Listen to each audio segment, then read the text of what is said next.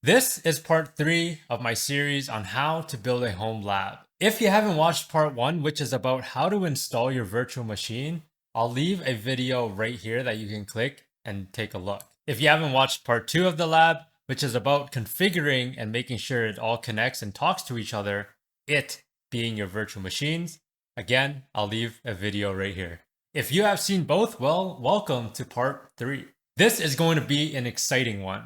We're going to put on our attacker hat and start attacking our target machine. Now, I do want to caution you that this is not going to be in depth on how we can actually craft and evade detections. Instead, the main purpose of this video is how do we generate telemetry so we can start detecting evil on our target machine. In today's demo, we are going to be using Nmap to scan our target machine to take a look at what kind of ports are opened.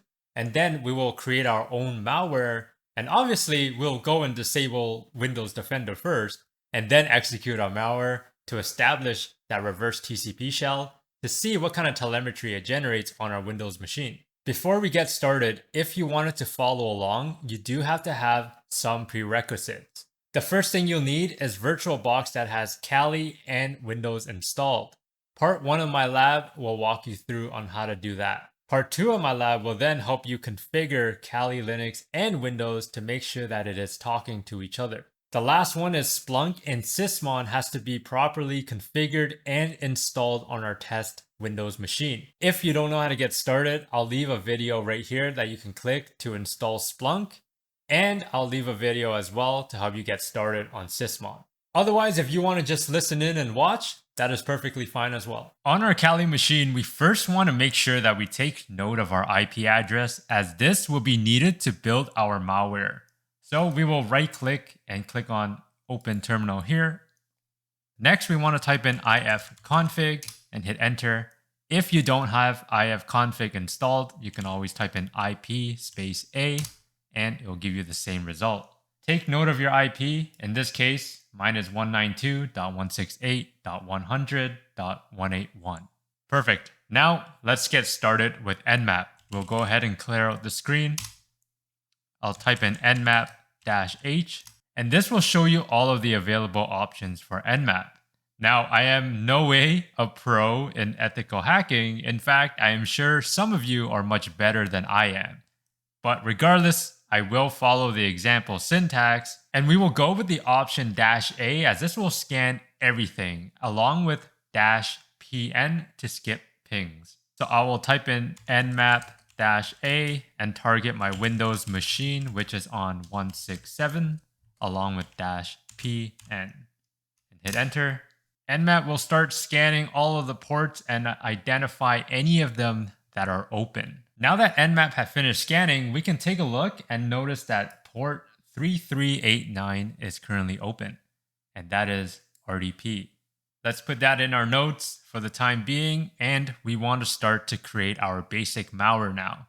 To do that, we'll use MSF Venom. So we'll clear out the screen again, type in MSF Venom, hit enter.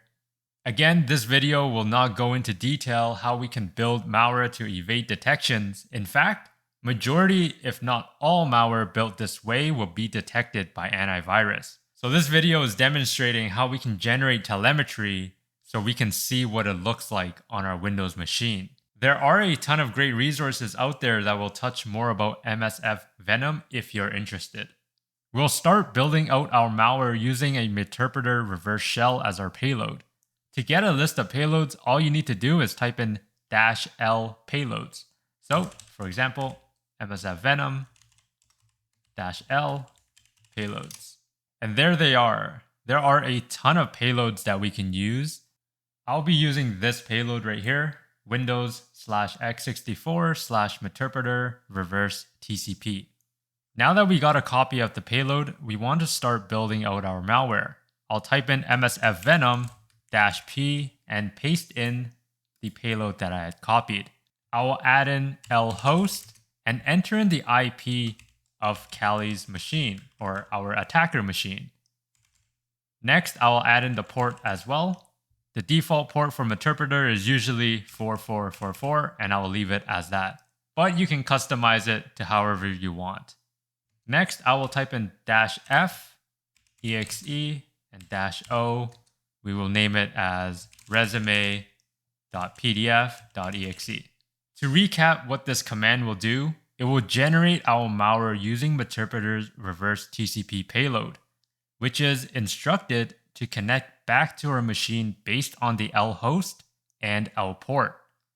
The file format will be in exe format as we specified, and the file name will be resume.pdf.exe. We'll hit enter and it should generate. Awesome. Now that that is done, we can type in ls just to make sure our file exists. We can type in file as well to see what kind of file that is. Now that we have our binary, let's open up a handler that will listen in on the port that we have configured in our malware. To do that, we open up Metasploit by typing msf console. We will use the multi-handler by typing in use exploit/multi/handler. Now you can type in handler or you can press tab and it should autocomplete for you. Hit enter. Now we should be in the exploit itself. We'll type in options to see what we can configure. Note that the payload option right here is currently set to generic shell reverse TCP.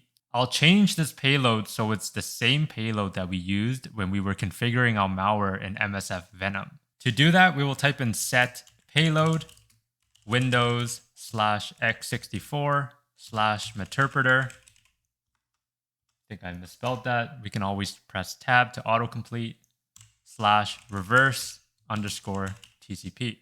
Again, if you're not sure what the options are, tab is your best friend. So I'll press tab and then it'll show me the options here.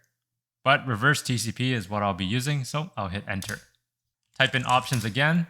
We can see that our payload option had changed and it's now Windows x64 Meterpreter reverse TCP. Next, you want to shift your focus over to L host and L port.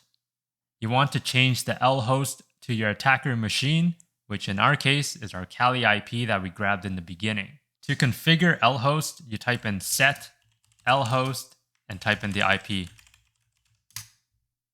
Type in options again, and now it should be set. We can start this handler by typing in exploit, and we are now listening in and waiting for our test machine to execute our malware. We also want to set up a quick HTTP server on our Kali machine so our test machine can download the malware. We can do this by using Python or start up an Apache service, but in this case, I'll use Python instead. So we'll open up a new tab. Make sure we're in the same directory as our malware, which in this case I am. I'll type in python 3-m http.server and then our port of interest. In this case, use a port that is not in use. So I'll just type in 9999 and hit enter. This should allow our test machine to access our Kali machine and start downloading the malware from there. Now we have everything ready to go on our Kali machine. We want to shift over to our Windows virtual machine, disable Windows Defender, and access our web browser to download and execute our malware. On our Windows machine, we want to head over to Security Center and disable Defender. Under Virus and Threat Protection, click on Manage Setting and turn off Real-Time Protection. Let's open up our web browser and type in our IP of Kali with the port 9999. In my case, it is .181 on port 9999. And we'll see our resume.pdf.exe. We'll go ahead and download it. Now, your browser may say something like, this isn't commonly downloaded, make sure you trust it. Yeah, I think it's safe. So we'll go ahead and keep anyway. Before I go ahead and execute this malware, I wanted to note the file extension. Because I'm not showing my file extensions, to an untrained eye, they may believe it is actually a PDF file, which is why I always recommend to enable file extension. To do that, we can click on View at the top and then make sure file name extension is checked. Now we can see .exe as the true file extension. All right, let's go and double click this file and see what happens. Windows protected my PC. Awesome. But let's run it anyway by clicking on More Info and Run Anyway. Now that the malware had been executed, let's open up a command prompt with administrative privileges and type in netstat-anob and hit enter. We want to see if an established connection to our Kali machine is there. So we'll scroll up and there it is. We found it. So there's an established connection to 192.168.100.181 on port 4444 with a process ID of 10208. If we open up the task manager, go under details, and sort the PID, we can look at 10208 and it is resume.pdf.exe. Now that we have executed our malware on our Windows machine, we'll head over to Kali Linux and looking at our handler, we should have an open shell. Looking at our handler, we now have a connection. Perfect. Let's type in help to make sure and see what kind of commands exist. I'll type in shell to establish a shell on our test machine. We'll type in net user, net local group, as well as ipconfig. And I think that is enough commands for now. Let's head back over to our Windows machine and see what kind of telemetry we had generated. Before we open up Splunk, we need to make sure that it is configured to ingest Sysmon logs. So in order to do that, we go into where your Splunk is typically installed. So in my case, it's in program files, Splunk. We'll go into etc, system, local, and then if you don't see an inputs.com file, you'll have to copy it over from the default folder. So you'll have to copy it from here and then paste it into your local folder. You want to edit your inputs.com file and make sure Sysmon is configured in your Splunk's input.com file to be ingested. I will add in my inputs.com file in the description down below so you don't have to copy this. Instead, you can download it and paste it into where your Splunk is currently installed. So system, local. Once you have pasted that in, you want to make sure to restart your services. By opening up services, look for your Splunk D service and then restart it. Once it is restarted, we need to create an index called endpoint because as you can see from the configuration file, I'm essentially telling Splunk to, hey, look into Windows Sysmon operational, take all of the events and feed it into index equals endpoint. So if your Splunk does not have an index named endpoint, Splunk does not know what to do with the Sysmon events, which is why we need to create the index endpoint. To do that, we'll head over to Splunk and on the top right corner, select settings, go into indexes, click on new index on the top right and type in endpoint. Hit save at the bottom. You want to scroll down just to make sure that endpoint exists and it is not disabled. Awesome. So we will go into our search and reporting app and type in index equals endpoint. Great. Now data is being ingested into our environment. The next thing you want to do, because Sysmon isn't parsed automatically, there is an app in Splunk that you can download that will help you parse Sysmon data. You can click on apps at the top. Click on Find More Apps. You want to search Sysmon and make sure you download Splunk add-on for Sysmon. And once you finish installing that, you can go back into your search and reporting, type in index equal endpoint, and then you should have additional fields such as parent process exec, etc. So me being super silly, we should have done this in the beginning. That way it will capture all of the data that we were doing on our Kali machine. So I simply just redid everything on our Kali. I ran nmap, I also executed our malware, and I ran those 3 commands, net user, net local group, and ipconfig. If we query our Kali IP address ending in .181, scrolling down, we see that it's only targeted one destination port, which is 3389. Again, that is RDP. If we were analyzing this, This would be a question to ask. Should this machine be attempting to connect to our RDP port? What machine is this, or who does it belong to? Now, although we can't really make sense that this was an Nmap scan, simply looking at this telemetry, which is why it is important to have a network sensor sitting in between our machines, as we would not only see potential signatures being generated and the ports that were scanned, but we would also see the TCP flags if Nmap was using TCP scans, which is pretty cool. Let's check what our malware looks like. If you recall, our malware was named resume.pdf.exe. So I'll type in that. And we have 13 events. By scrolling down, we can see that there had been 7 event codes that were generated. If you want to learn more about event codes, I'll leave them down below for you to check it out. In this demo, I'll stick with event code number 1.